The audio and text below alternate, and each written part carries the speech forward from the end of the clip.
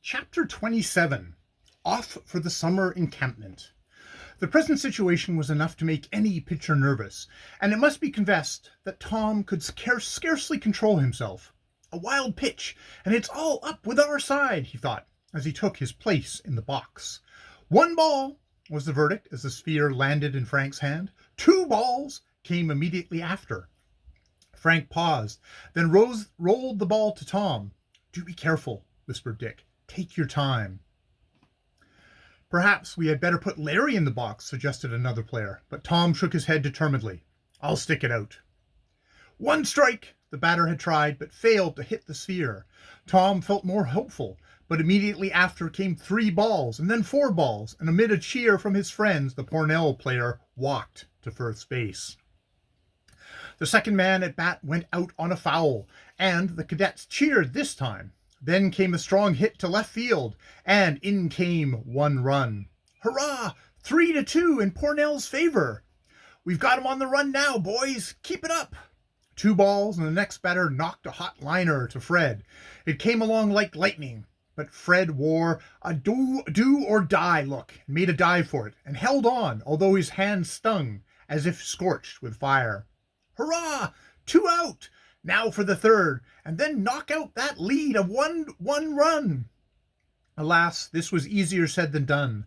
The next player gained first, and so did the youth to follow. Then came a heavy hit, and the score went up 5-2. But that was the last of it, so far as Pornell was concerned. "Now, Putnam Hall, see what you can do."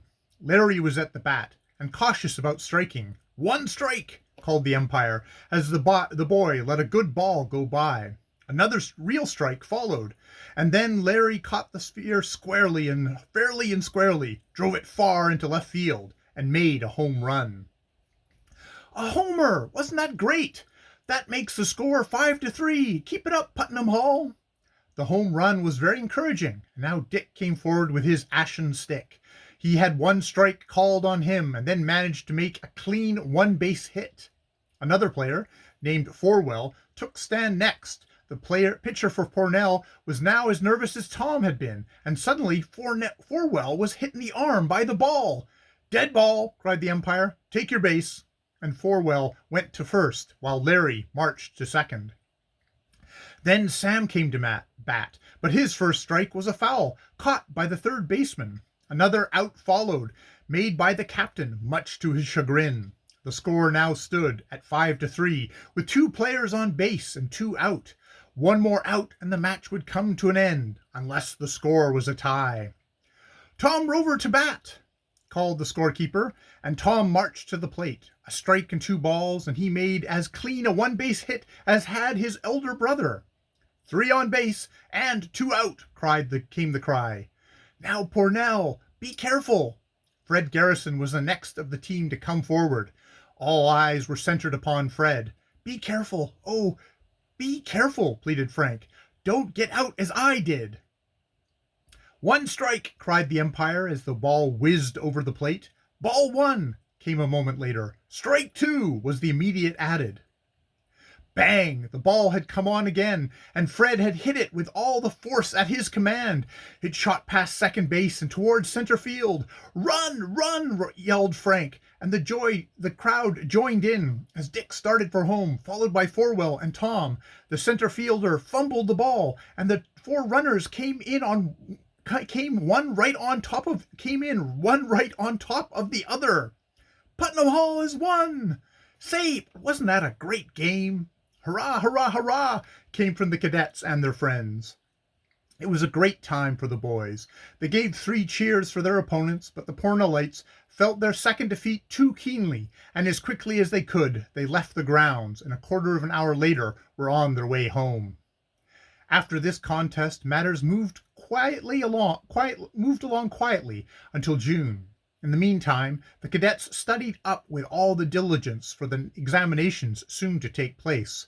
All of our friends passed creditably, Dick standing second in his class, Tom fourth, and Sam third in their classes. Captain Putnam and George Strong heartily approved of the showing made.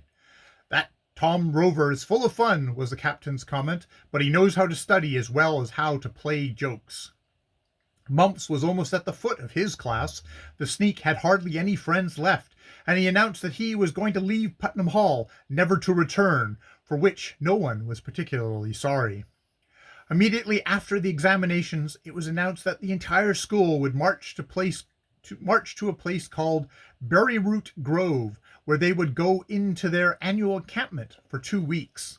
At once, all of the cadets were in a bustle, and soon uniforms were brushed up, buckles and buttons polished, knapsacks packed, and rifles oiled and cleaned. "Makes a fellow feel if he was going off to war," observed Sam. I don't know, but what I would like to be a soldier someday. The battalion marched away one Monday morning, with flags flying, drums beating loudly, and the fifers blowing away upon Yankee Doodle with all of their might. The route was the lake road, and many of the farmhouses passed were decorated in honor of the departure. As they passed the Stanhope homestead, Dora and Mrs. Stanhope came forth and waved their handkerchiefs, and Dick, as second lieutenant of Company A, could not resist the temptation to wave his sword at them. The camping out spot was reached that afternoon at 5 o'clock. The provision wagon and that loaded with the tents had already come up, and soon the cadets were putting up their tents while the cooking detail was preparing supper. The evening meal consisted of nothing but bread, coffee, and beef stew, but never did plain fare taste better with such pure mountain air for sauce. "It's just boss," said Tom on the second day in camp. "Living in tents suits me to death." The next day, however, he changed his tune, for it rained in torrents, and everybody got soaked to the skin. "Ugh," said Tom. "I wasn't thinking of this when I said it suited me to death."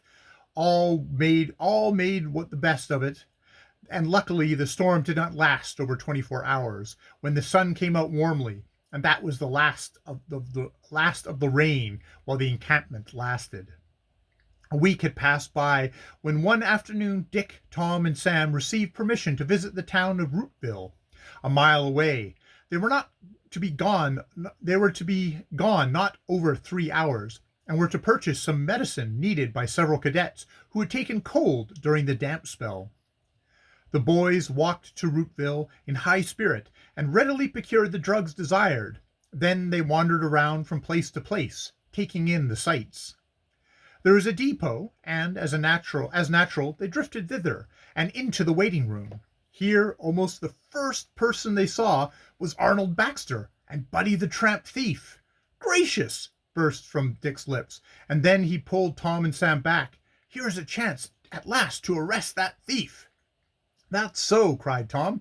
"Wait, I saw a policeman outside. I'll call him." And he darted off. While Dick and Sam awaited Tom's reappearance, they noticed that Baxter and Buddy were holding a conversation of great interest.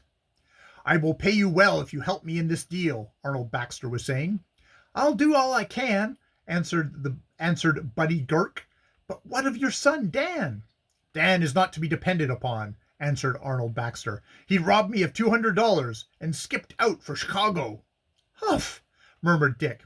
"Here is certainly news of Dan Baxter that is very much to his discredit.